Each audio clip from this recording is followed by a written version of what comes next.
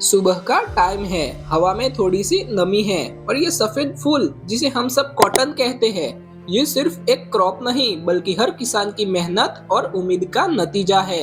लेकिन क्या आपको पता है, ये कॉटन के हाइब्रिड सीड जो कोई फैक्ट्री में नहीं बनते, ये बनते हैं खेतों में और वो भी फार्मर के हाथों से। तो ये कॉटन के हाइब्रिड सीड जो एक साधारण बीज नहीं बल्कि केयरफुली बनाई गई साइंस और डेडिकेशन का नतीजा है। तो आज मैं आपको लेके जा रहा हूँ हाइब्रिड कॉटन सीड के उस फील्ड में जहाँ हर एक फूल के अंदर से एक नई जिंदगी बनती है। तो चलिए देखते हैं हाइब्रिड कॉटन सीड का रियल प्रोसेस। तो यहाँ पर मैं खड़ा हूँ, इसके इस साइड सारे मेल प्लांट्स है और इस साइड सारे फीमेल प्लांट्स। तो चलिए सबसे पहले फीमेल प्लांट की बात करते हैं। जैसे ही एक माँ बच्चे को जन्म देती है, वैसे ही कॉटन के फीमेल प्लांट में कॉटन के हाइब्रिड सीड डेवलप होते हैं। अब यहाँ पर एक इंटरेस्टिंग बात है, मेल एंड फीमेल दोनों प्लांट खुद के पोलन से भी फर्टिलाइज हो सकते हैं और खुद का सीड डेवलप कर सकते हैं, लेकिन फिर वो सीड हाइब्रिड नहीं कहलाता।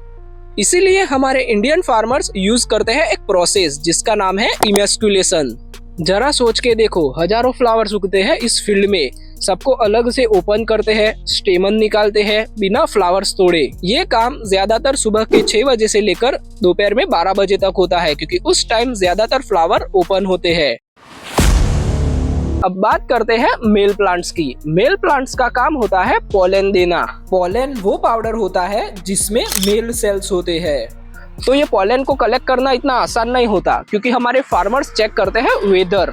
अगर ज्यादा हवा है तो हमारा पोलन पाउडर उड़ भी सकता है और अगर ज्यादा बारिश है तो हमारा पाउडर भीग भी सकता है। ये गोल्डन डस्ट जैसा पाउडर, यही है हाइब्रिड कॉटन का मेन सोर्स। इस मेल फ्लावर को हाथ में लेकर फीमेल फ्लावर्स पर लगाया जाता है और फिर फीमेल फ्लावर्स एक नई लाइफ क्रिएट करती है। आप जरा सोचो, एक बीज, एक बियारण कोई साइंस या मशीनरी से नहीं बनता, बल्कि वो बनता है फार्मर के हाथों से। तो चलिए अब हम इस प्रोसेस को अपने हाथों से करके देखते हैं। तो सबसे पहले हमें चाहिए एक हरा भरा मेल फ्लावर जो हमें ज्यादा से ज्यादा गोल्डन पाउडर दे।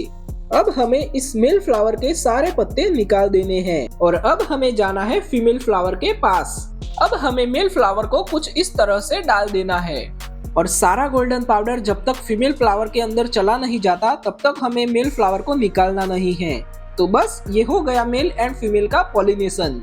पॉलिनेशन होने के बाद सबसे पहला स्टेप ये है कि फ्लावर्स को कवर करना, क्योंकि कोई और पॉलन हवा के जरिए या इंसेक्ट के जरिए फ्लावर्स के अंदर ना जा सके। जरा सोचो, हजारों फ्लावर्स होते हैं फील्ड में, सबको अलग से कवर करना होता है और फिर हम लोग कहते हैं कि यार हाइब्रिड सीड तो महंगे होते हैं, पर ये सीड असल में मेहनत से बनता है, ना कि मशीन से।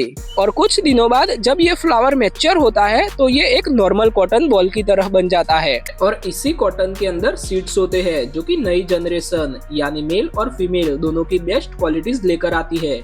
हाई प्रोडक्शन, अच्छा फाइबर और डिजीज रेजिस्टेंस हाइब्रिडाइजेशन का रिजल्ट है।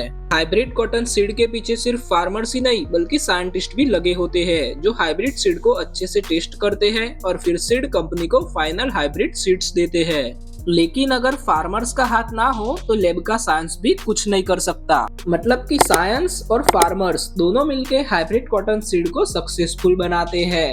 एक फार्मर जो सुबह से लेकर शाम तक फ्लावर्स के पोलन कलेक्ट करने में लगा रहता है और एक लैब टीम जो रिसर्च करती है कि हर एक सीड परफेक्ट हो, वही सीड आगे फार्मर के हाथों में जाए, क्योंकि उनकी कोई दिक्कत ना आए। ये लोग ना ही कैमरा में आते हैं ना ही किसी न्यूज में, लेकिन पूरा कॉटन इंडस्ट्री इन्हीं के हाथों पर टिका हुआ है। तो ये है कॉटन हाइब्रिड सीड की असली जर्नी। अब अगर आपको ये वीडियो पसंद आया है तो वीडियो को लाइक करो।